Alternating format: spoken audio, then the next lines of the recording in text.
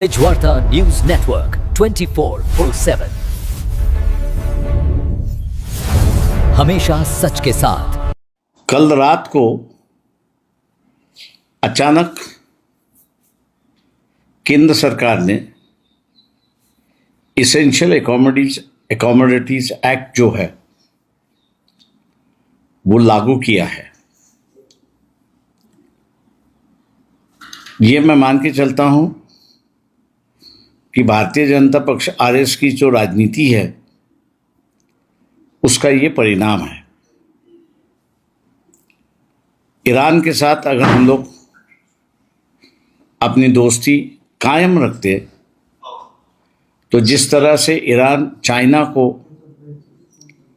तेल पहुंचा रहा है उसी तरह से चाइना हमको जो है गैस सप्लाई कर सकता था, लेकिन ये सरकार किसकी तरफ है यही पता नहीं चल रहा है और इसके लिए सभी तौर से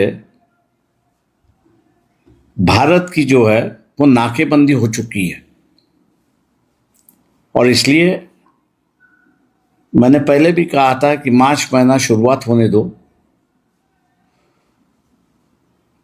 ये असमझ की जो भूमिका है उसका परिणाम होना शुरुआत होगा। अब तो इसेंशियल एकोमोडिटीज जो है लोगों की जरूरतें जो है उस पर हमला हुआ है। अगला हमला मैं मानता हूं कि बैंकिंग सेक्टर पे होगा। इस सरकार की नीतियों की वजह से लोगों को दुख और परेशानियां झेलने पड़ रही है। ऐसे सरकार के खिलाफ जिनका नाम एस्टीन फाइल में आ चुका है, 23 मार्च को नागपुर में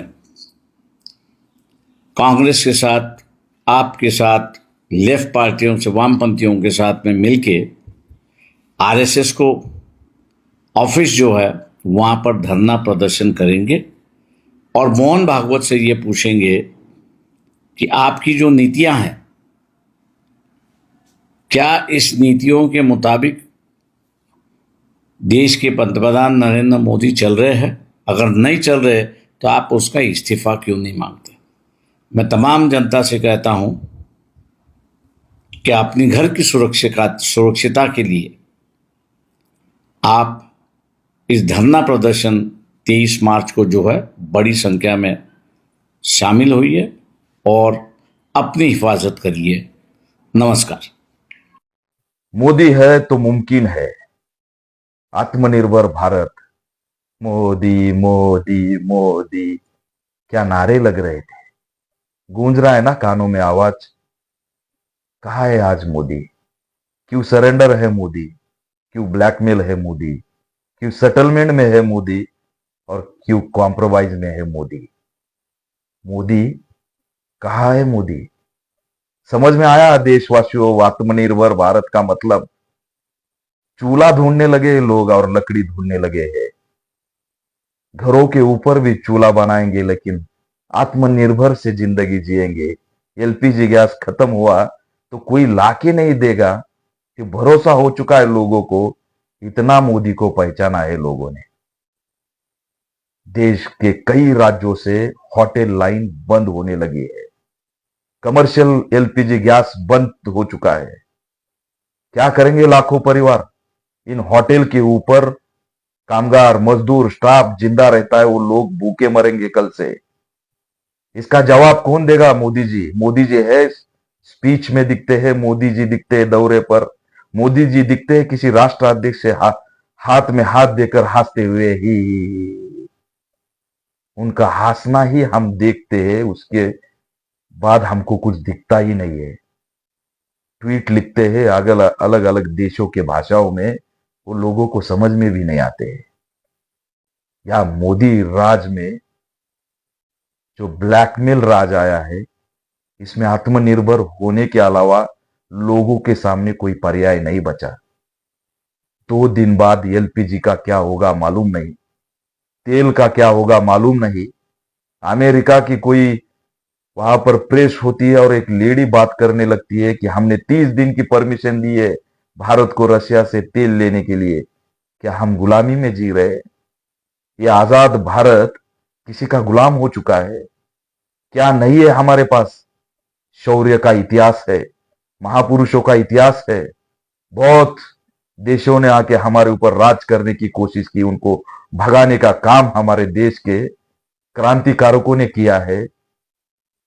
मापी वीरों के राज में गुलामी की नौबत भारत के सामने आएगी, ये कभी किसी को नहीं लगा था। क्या होने वाला इस देश का? कौन देगा जवाब? देश की प्रेस होती है तो प्रेस लेने के पहले बोलते हैं कि सवाल पत्रकार नहीं पूछेंगे। देश का कोई भी विदेश नीति के बारे में विदेश मंत्रालय प्रेस नहीं करता और पत्रकारों का जवाब नहीं देता। अधिवेशन में अगर विपक्ष बात करने लगा तो संसद के अधिवेशन के जो महोदय है, महाशय है, वो उनको बैठने की सलाह देते हैं। क्या आप आनी बानी ला रहे हो? क्या आगे आने वाले समय में आनी बानी लाओगे? अभिव्यक्ति को खत्म करोगे? संविधान की भाषा, संविधान की बात, देश को बचाने की बात करना गुनाह हो चुका है। क्या है डोनाल्ड ट्रंप? क्यों ब्लैकमेल कर रहा है मोदी को? क्या है इप्स्टीन फाइल? और क्यों 30 दिन की परमिशन हमको लेनी पड़ती है? हम देश है, स्वतंत्र है, आजाद है, हमें सब है, सैनिक है, स्ट्रक्चर है, हमारे पास ताकत है, फिर क्यों डर है? क्या है इप्स्टीन फाइल में? और क्यों डोनाल्ड ट्रंप से हम डर रहे हैं? डोनाल्ड ट्रंप ऑर्डर क्यों करता है और हम क्यों सुनते हैं? कौन देगा जवाब? जवाब तो हमको मिलता नहीं। कोई न कोई राष्ट्रीय अध्यक्ष से मिलकर हाथ में हाथ देकर हंसते हुए मोदी दिखते हैं।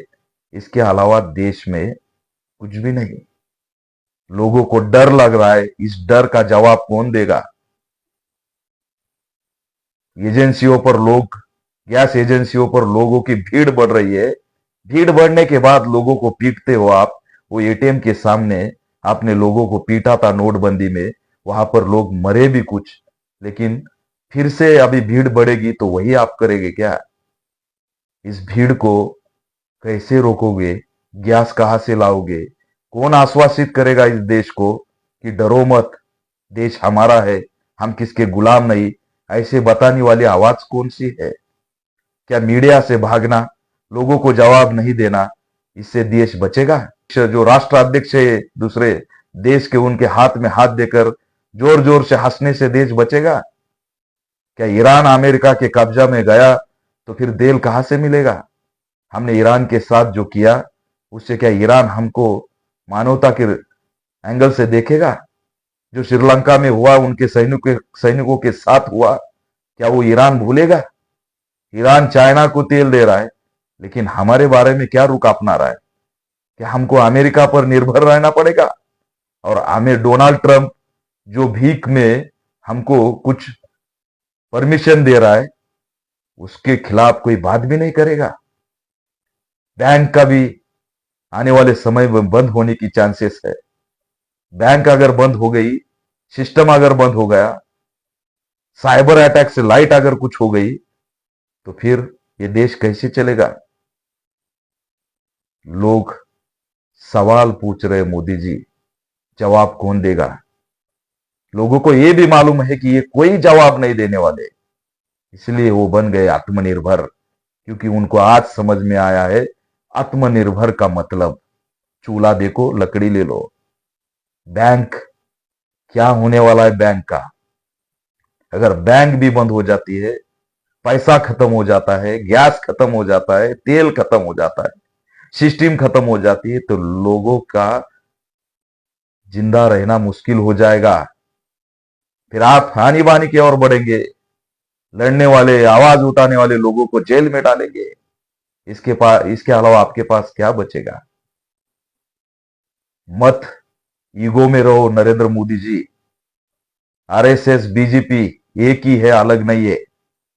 आरएसएस को लगता है कि मोदी पे जा रहा है तो जाने दो, हम बचेंगे, इसीलिए आरएसएस को बचने के लिए वो बाजू में हट रहे। लेकिन ये सब खड़ा ही किया है आरएसएस ने। ये सरकार आरएसएस की है, नरेंद्र मोदी आरएसएस के, मोहन भागवत और सब एक साथ है। और इसीलिए आरएसएस को सॉफ्ट कॉर्नर देना गलत है। आरएसएस ही मुखिया है, आरएसएस ही ये सब होने के पीछे कारण है। आरएसएस, उनका कंट्रोल बीजेपी पे था, आज कहा गया उनका कंट्रोल। और उन्होंने जाहिर किया, हम पीछे की सीट पे नहीं बैठते, हम ड्राइविंग करते हैं। तो ये ड्राइविंग आपकी है। एलपीजी गैस खत्म। ईरान मुस्लिम राष्ट्र है, इसीलिए धर्म के विचारों से आप देख रहे हैं क्या है इसका मतलब। ड्राइविंग सीट पर हम है और फिर आपको सॉफ्ट कॉर्नर देंगे कैसे। सिर्फ मोदी नहीं, बीजेपी ही नहीं चाहिए, आरएसएस ही नहीं चाहिए। इनके पास कोई भी नीति नहीं है जो देश को बचा सकती है। देश खत्म होते जा रहा है।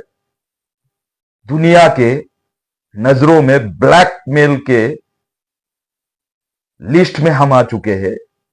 हम ब्लैकमेलर जैसे यहां पर चलने लगे हैं। कौन बचाएगा, कौन बात करेगा। आरएसएस और बीजेपी कभी भी सत्ता नहीं चला सकते। उनके पास विदेश नीति नहीं है, डिसीजन मेकिंग नहीं है, वो निर्णय नहीं ले सकते। हंसने से और हाथ में हाथ देने से कोई यहां पर राष्ट्र नहीं चलता। इसीलिए लोगों को हमारा ऐलान है कि आरएसएस और बीजेपी जिस दिन यहां से बाजू में हट जाएगी, उसी दिन इस देश में एक नया आगाज खड़ा रहेगा। नहीं तो ये जो संकट बढ़ते जा रहे, ये संकट बढ़ते रहेंगे। मालूम नहीं मोदी जी क्यों चिपके हैं। उन्होंने पद खुद से छोड़ देना चाहिए। क्या है आपका फाइल में, आपको ये मालूम है। लेकिन आपके वजह से देश को इस कगार पे मत खड़ा करो। लोगों को लगा था ईरान, अमेरिका, इजराइल ये चलता रहेगा, लेकिन आज लोगों को मालूम हुआ गैस खत्म हुआ है। गैस नहीं मिल रहा है, होटल को बंद किया है। ये आपके मीडिया के माध्यम से, सरकार के माध्यम से प्रेस नोट निकाली गई है। इसलिए लोग डर चुके हैं। लोगों को आश्वासित करने के लिए आपके पास कोई मॉडल नहीं है। आपका बूथ प्रमुख गायब हो चुका है, जो चुनाव के वक्त लोगों के घर घर में जा रहा था। कहा है वो बूथ प्रमुख, कहा है वो नारा लगाने वाले लोग, यूपी का नारा लगा के घूमते थे, कहा है। और आप आओगे, थाली बजाओ, मोमबत्ती लगाओ, ये नहीं चलेगा। आनी बानी लगाएंगे, लोगों को यहां पर टारगेट करेंगे, ये नहीं चलेगा। वैसे तो अघोषित आनी बानी है ही। संसद में अगर सांसद को बात करने नहीं दिया जाता तो क्या इसको आनी बानी नहीं कहेंगे तो क्या कहेंगे। जिस देश में अभिव्यक्तियों की हत्या होती है, अभिव्यक्ति की, उस देश में आनी बानी नहीं तो क्या है। मोदी जी जवाब देना पड़ेगा, और जवाब अगर नहीं देते हैं तो पद से हटना पड़ेगा।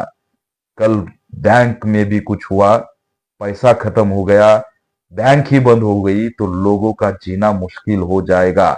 लोग डर रहे हैं। उनको आत्मनिर्भर भारत बोल के बहकाओ मत।